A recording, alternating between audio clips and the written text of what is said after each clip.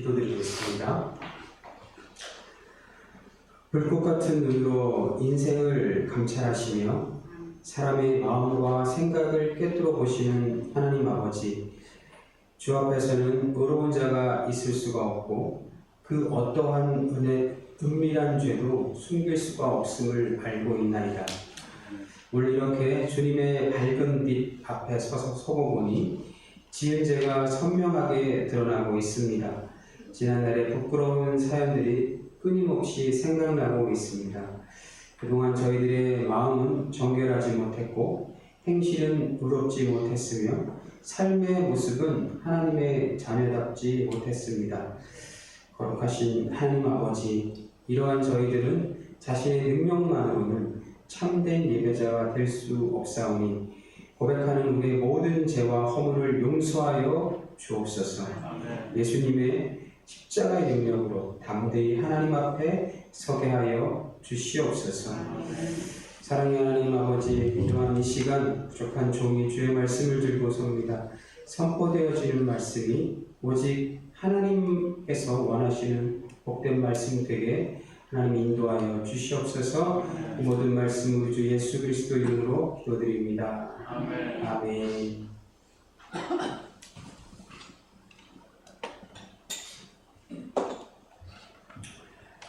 오늘은 사무엘상 8장의 말씀입니다. 8장 1절부터 9절까지 왜 왕을 요구했을까라는 제목으로 하나님의 말씀을 나눌 때 하나님의 은혜가 가득한 시간이 되기를 원합니다. 제가 이제 25살인가 26살 그때 예수님을 만났습니다. 오늘 찬양을 내구주 예수를 더욱 사랑 찬양을 드렸는데 믿고 교회를 한 6개월 정도 잘 나갔어요. 6개월쯤 되니까 저희 이상한 현상이 일어났어요. 그때 한 달 내내 가위가 눌렸어요. 여러분 가위 눌려보신 적 있으시죠? 정말 한 달 내내 가위가 눌렸어요. 진짜 견딜 수가 없었습니다. 그때 견디면서 제가 이겨낸 찬양이 내 구주 예수를 더욱 사랑합니다. 그거 안 틀어놓으면 잠을 잘 수가 없었어요. 그거 틀어놓고 한 달 내내 제가 가위 눌림으로부터 해방이 됐죠. 한 달 딱 지나니까 진짜 거짓말처럼 가위 눌림이 사라졌어요. 그래서 저는 이 내 구주 예수를 더욱 사랑을 찬양할 때는 뭔가 여러분 소울이 있지 않습니까? 제 나름대로는 정말 저에게는 너무나 소중한 찬양이기 때문에 제 생명을 구원한 찬양이거든요. 그래서 저한테 굉장히 중요한 찬양입니다. 오늘 이 찬양을 하는데 예전 기억이 좀 났었어요.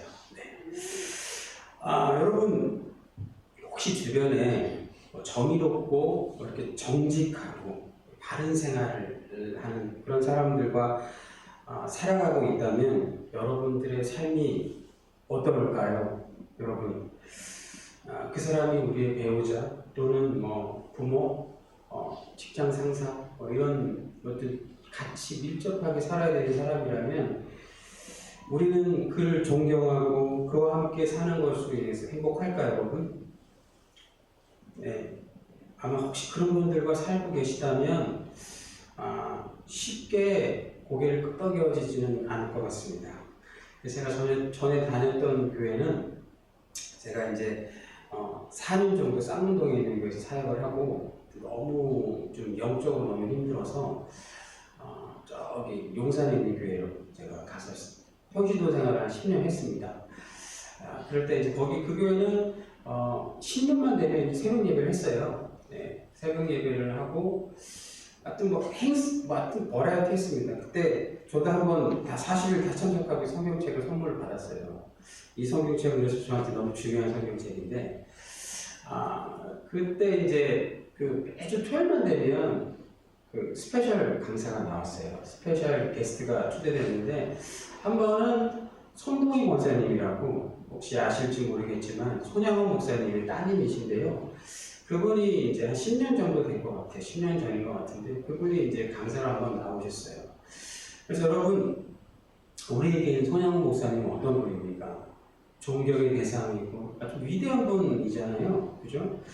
그리고 마치 그냥 그 예수님의 옷자락을 만진 그 여인처럼 손양원 목사님이 손을 한번 만지면 우리 안에 있는 근심이 싹 사라질 것 같은 그런 능력을 갖고 있을 것 같은 그런 분처럼 우러러보는데, 근데 그건 우리의 입장이고 실제로 그 아버지와 함께 살았던 손동희 권사님의 입장은 좀 많이 다르더라고요. 어쩔 수 없이 손양원 목사님의 따님이기 때문에 간증하는 내내 손양원 목사님의 이야기를 할 수밖에 없었고, 그런데 이제 손양원 목사님의 두 아들이 이제 좌익 청년에게 죽었잖아요. 두 아들이 살해당하고, 근데 그 살해한 그 범인을 잡아왔는데 사람들이 목사님이 용서를 했잖아요. 그리고 또 양아들로 삼았잖아요. 그 모습을 지켜보고 있었던 손동희 권사님에게는 굉장히 불편했고 힘들었고 도저히 이해할 수 없는 상황이라고 했어요. 그러니까 그래서 손동희 권사님에게는 그 이해할 수 없고 받아들일 수 없는 그런 현실이었어요. 그러니까 객관적인 입장에서 멀리 가 있는 우리들에게는 굉장히 그 이야기는 정말 그리스도인으로서 어떻게 살아야 될지에 대한 길을 보여준 것 같지만, 실제로 그 현장에서 같이 살았던 사람 입장에서는 불쾌하고 힘들고 불편한 이야기였다라는 겁니다, 여러분. 여러분, 우리가 지도자들이 그렇게 정직하고 공의를 행하고 정직한 지도자가, 정의로운 지도자가 있다면 우리는 존경하고 존중할 겁니다. 그런데 내 곁에 나와 함께 생활하는 사람이 만약에 그런 성격을 가지고 있는 사람이라면 여러분 어떠시겠습니까? 마냥 좋지만은 않을 겁니다. 불편해요. 이걸 하려고 그러면 그거는 옳지 않으니까 하면 안 돼. 이걸 하려고 그러면 그것도 옳지 않으니까 하면 안 돼. 딱 그 기준이 세워지는 거죠. 그러니까 우리가 뭔가 누군가에 의해서 이렇게 좀 정리되어지고 우리가 구속되어지는 그런 느낌이 들지 않겠습니까? 자유가 상실되는 그런 느낌이 들 거예요, 여러분. 다들 이렇게 조용하시니까 좀 진짜 이상하네요. 하여튼 그렇게 힘들 겁니다. 쉽지만 않을 거예요. 그러니까 그분의 삶이 옳은 삶이라는 걸 다 알아요. 내 마음속으로는 그분의 삶이 옳고 나도 그렇게 살아야 된다는 건 알고 있는데, 그렇게 사는 사람으로 인해서 내가 누려야 될 그 즐거움들이 소멸됐을 때 오는 그 힘든 상황들은 어쩔 수가 없는 거예요. 제가 왜 이 얘기를 하냐면 이스라엘의 상황이 그랬습니다. 이스라엘의 현실이 딱 그랬던 거예요, 여러분. 사무엘서에서도 여러분, 사무엘 상에서 사울이 왕이 되기 전까지는 여전히 이스라엘의 역사는 사사기의 역사예요, 여러분. 사사기는요 아주 단순한 구조로 되어 있습니다. 그래서 우선 하나님 앞에 이스라엘 백성이 범죄합니다. 범죄하면요, 그러니까 여기서 범죄했다는 건 그들이 하나님 앞에 배교행위를 했다는 것이죠. 범죄하면 그들이 하나님도 섬기고 또 이방의 신들도 섬겼어요. 그러면 하나님께서 그들을 심판하셨어요. 그냥 내버려 두지 않으셨습니다. 심판하셨고 그 주변의 나라들을 통해서 이스라엘을 억압하시고 압제하셨습니다. 그러면 이스라엘 백성은 하나님 앞에 구원해달라고 간청을 드렸죠. 딱 우리의 모습을 보는 것 같지 않습니까, 여러분? 우리의 삶이 평탄할 때는 여러분 하나님 앞에 잘 나오지 않죠. 그냥 습관적인 우리의 종교인으로 습관적인 우리의 삶을 유지하는데, 정말 갑자기 교회에서 보이지 않는 분이 교회에서 보이기 시작하고, 예배자에 와도 제일 뒤에 앉아있던 분이 갑자기 이 앞에 와서 막 눈물 흘리고 기도하고, 그러면 그 집에는 어떻게 된 거예요, 여러분? 위기가 찾아온 거죠. 고난이 찾아온 거죠. 어려움이 찾아온 겁니다. 하나님께 부르짖는 거죠. 근데 여러분, 그런 상황 속에서도 여러분, 하나님은 우리를 이해해 주십니다. 우리의 모습이 너무 야같고 또 필요할 때만 하나님을 찾는 것 같아도 어떻게 보면 하나님께서 그걸 더 원하고 계신지 모르겠습니다. 하나님이 필요한데도 불구하고 우리가 어렵고 힘든 상황에도 불구하고 하나님 앞에 나오지 않는 것, 여러분 그건 심각한 불순종인 거예요. 하나님 앞에 나오라고 하나님께서 우리의 상황을 흔들어 놓으시는 겁니다. 우리 상황 때문에 고통스러워하는 게 아니고 그건 하나님이 우리를 부르시는 쌍인 거죠. 하나님 앞에 나와 기도하는 그 모습을 하나님께서는 기뻐하실 줄 믿습니다, 여러분. 이스라엘 백성 여러분, 그랬어요. 하나님 앞에 구원해달라고 애걸복걸 하나님께 간청을 드렸습니다. 그러면 하나님께서 그들을 니네들이 언제, 나를 버릴 때는 언제, 이제 와서 구원해달라고 이렇게 말씀하지 않으세요. 하나님은 그냥 아무 소리 안 하고 구원해 주십니다. 그리고 그 구원해 주실 때 지도자를 세우는데 그 지도자가 사사죠, 여러분. 사사를 세워서 그들을 구원해 주십니다. 그러면 사사가 다스리는 그 기간 동안은요, 이스라엘이 하나님 앞에 제대로 된 모습으로 살아가는 거예요. 하나님이 기뻐하는 하나님의 자녀로서의 삶을 살아가는 거예요, 여러분. 그런데 사사가 죽으면 언제 하나님 앞에 그랬냐는 듯이 다시 또 이방신들을 섬기고 하나님을 또 하나님 앞에 범죄를 하는 거예요, 여러분. 그게 대략 한 300년 정도의 이스라엘 사사기의 역사인 거예요. 그렇게 범죄하고 또 심판받고 또 그렇게 하나님 앞에 구원해달라고 간청하고 또 그럼 하나님께서 구원해 주시고 이런 레파토리가 계속 반복되는 게 사사기예요, 여러분. 네. 근데 여러분 사무엘상 7장에도 이런 모습이 정확하게 그려져 있어요. 우리가 지난번 설교 때 살펴봤듯이 사무엘 7장에 가면 여러분 이 블레셋이 쳐들어오게 됩니다.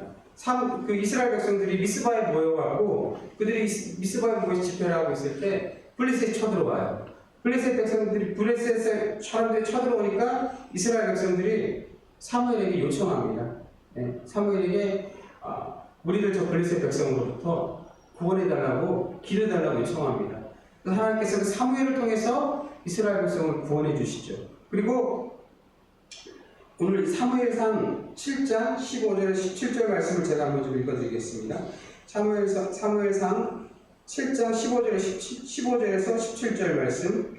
사무엘이 사는 동안에 이스라엘을 다스렸을 때 해마다 베델과 길갈과 미스바로 순회하여 그 모든 곳에서 이스라엘을 다스렸고 라마로 돌아왔으니 이는 거기에 자기 집이 있음이니라. 거기서도 이스라엘을 다스렸으며 또 거기에 여호와를 위하여 제단을 쌓았더라.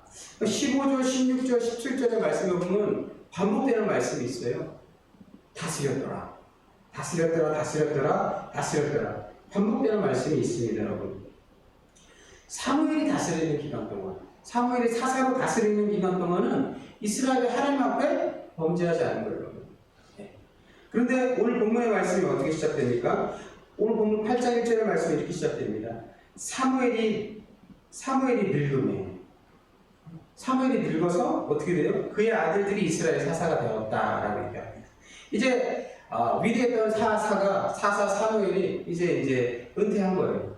은퇴를 하니까 이스라엘 백성들의 본색이 이제 드러나는 겁니다. 네. 그러니까 오늘 본문의 말씀은 마치 이스라엘 백성이 왕이 필요하기 때문에 왕을 달라고 하는 것 같지만 그래서 그 이야기를 자신들의 목적을 얻기 위해서 사무엘의 두 아들의 부정과 부패를 건드리지만 실제로 그 안에 있는 본질적인 이야기는요, 이스라엘의 본심이라는 거죠. 그걸 오늘 여러분들과 함께 나누길 원하는 겁니다. 성도 여러분, 이스라엘 백성들은 왜 왕을 달라고 사무엘을 찾아왔을까요? 이게 사사기 역사고 암담한 이스라엘의 현실이죠. 그들은 하나님이 세운 사사가 사라지면 요지없이 하나님을 떠나요. 왜 그랬을까요, 여러분? 간단합니다, 여러분. 하나님과 함께 살아보니까 너무 힘든 거예요. 여러분, 하나님과 함께 사시니까 힘들지 않으세요? 그냥 편안하세요? 네? 힘드셔야 정상인 거예요.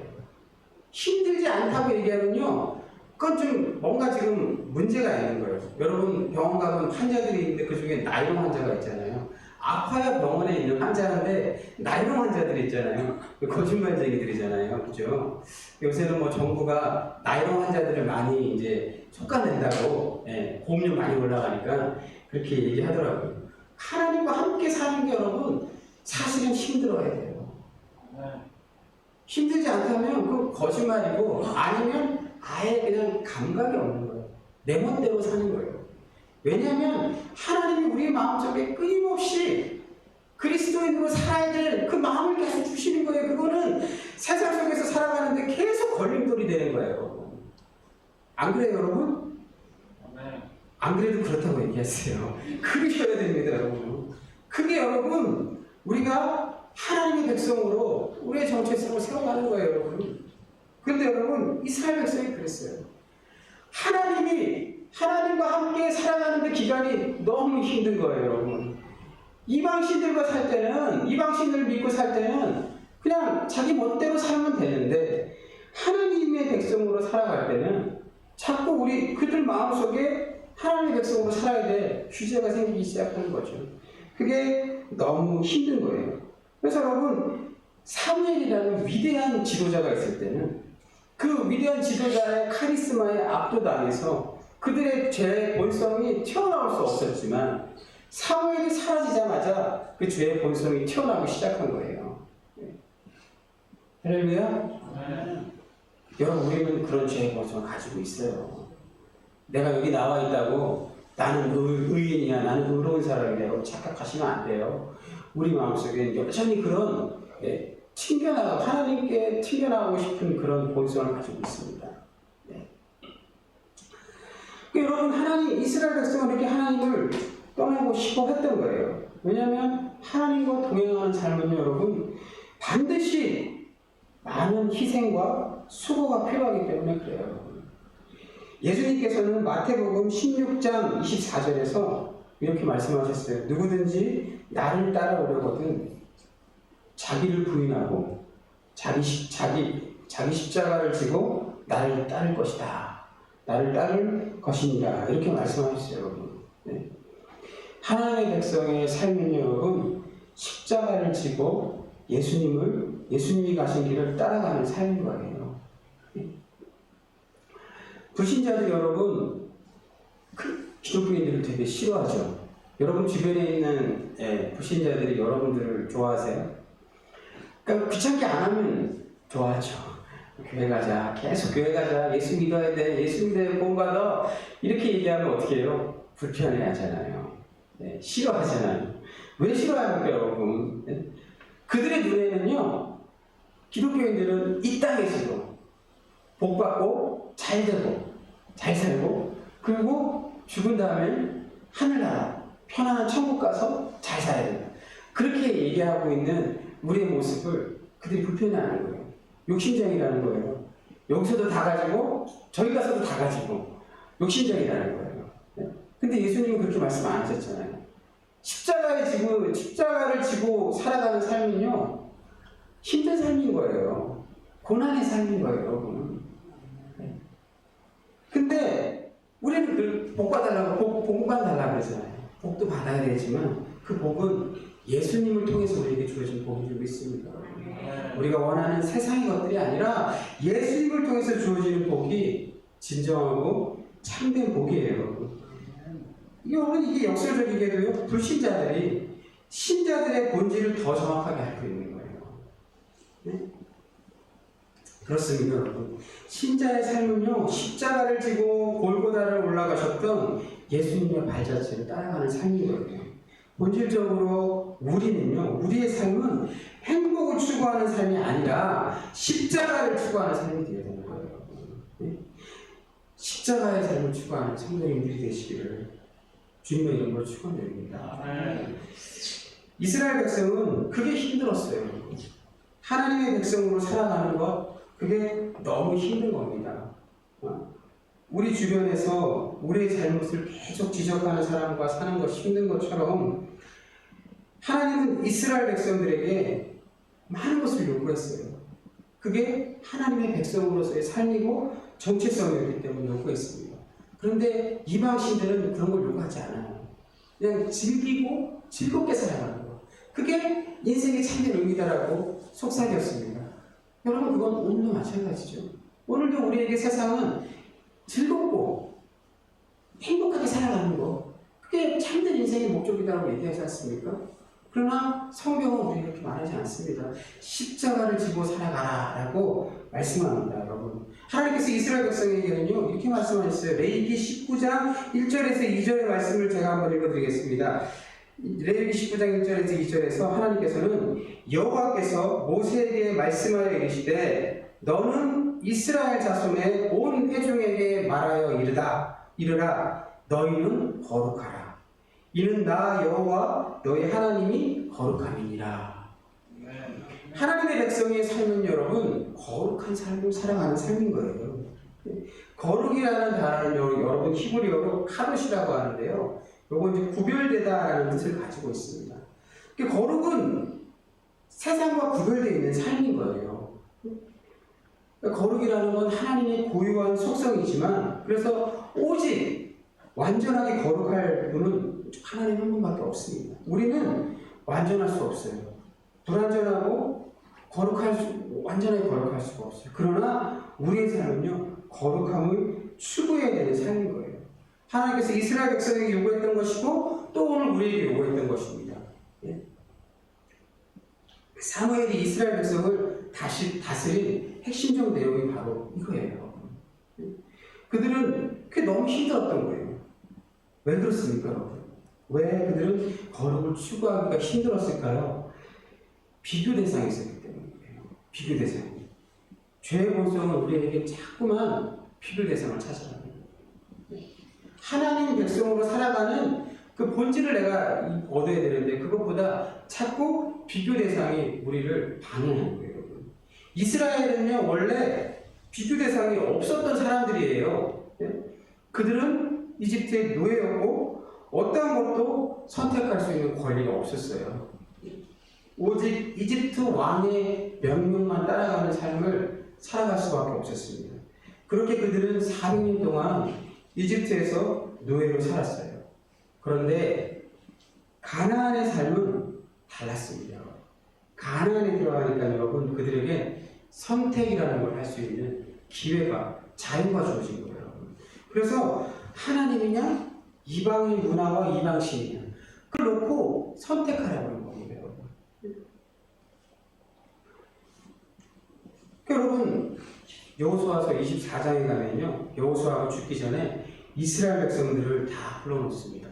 불러놓고 그들에게 지나온 이스라엘 역사를 다 얘기합니다. 하나님께서 너희들을 어떻게 구원해내시고 또 어떻게 너희들을 이 자리까지 있게 했는지를 다 다 말합니다. 그리고는 14절 15절에서 이렇게 고백합니다. 그러므로 이제는 여호와를 경외하며 온전함과 진실함으로 그를 섬기라. 너희의 조상들이 강 저쪽과 애굽에서 섬기던 신들을 치워버리고 여호와만 섬기라. 만일 여호와를 섬기는 것이 너희에게 좋지 않게 보이거든 너희 조상들이 강 저쪽에서 섬기던 신들이든지 또는 너희가 거주하는 땅에 있는 아모리 족속의 신들이든지 너희가 섬길 자를 오늘 택하라. 오직 나와 내 집은 여호와를 섬기겠노라. 우리 고백이 되기를 원합니다. 여호수아의 고백이 우리의 고백이 되기를 원합니다. 거룩을 추구하는 거예요. 어렵습니다. 하지만 가나안의 문화는요 너무나 유혹적이고 매력적입니다. 여러분. 거룩을 추구하는 삶은요 언제나 손해보는 삶이지만 가나안의 문화는요 언제나 즐기는 삶입니다. 여러분 어떤 삶을 선택하시겠습니까? 비교 대상을 바라보며 우리는 늘 세상과 버타고 또 세상의 사람들이 추구하는 가치를 추구하며 또 살아갈 것입니다.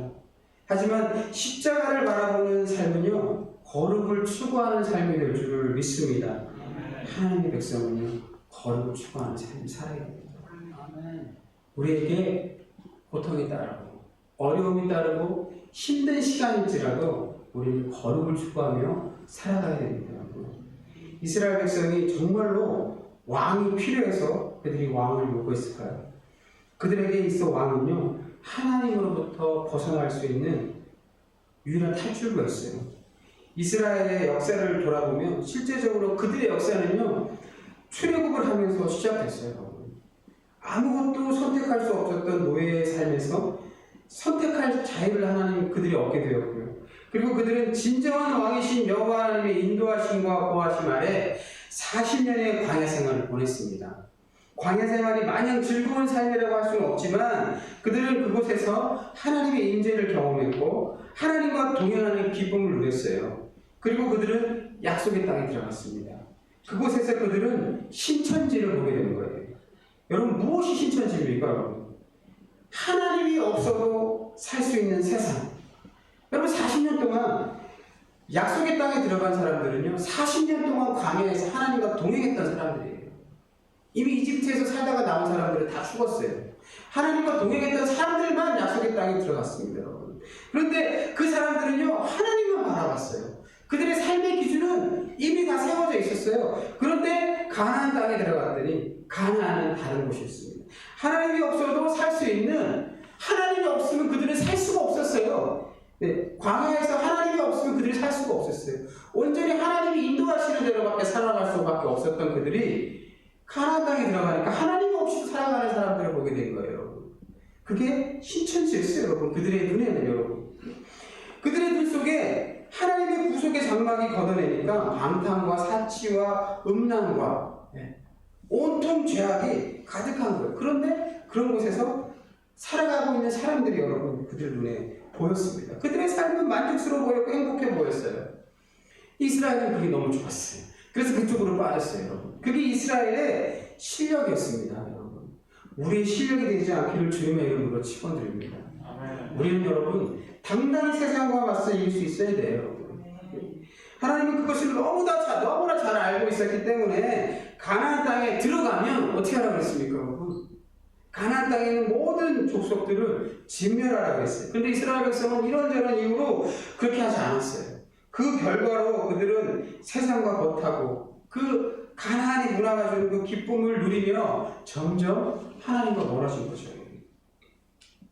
이방인 신들은 여러분 아무런 역사를 만들지 못합니다. 그것들은 우상이에요, 우상. 우상은 뭐예요? 그냥 조각상이에요. 지난번에도 제가 말씀드렸잖아요. 이 컵이라는 걸 우상으로 만들려면 어렵지 않습니다. 이 컵을 우상 신으로 만들려면 이 컵의 신이라고 얘기하는 사람이 100명 이상만 모이면 이게 신이 되는 거예요, 여러분. 그게 우상인 거예요, 여러분. 근데 그들은 그렇게 우상을 추구하고 또 우상을 만들었어요. 그 우상에 자신들의 그 모든 걸 담아서 그리고 스스로 왕이 되어진 거죠. 그렇게 자신들이 왕이 된 세상에서 하나님의 통치와 다스림을 받으려니까 얼마나 힘들고 어려웠겠어요, 여러분.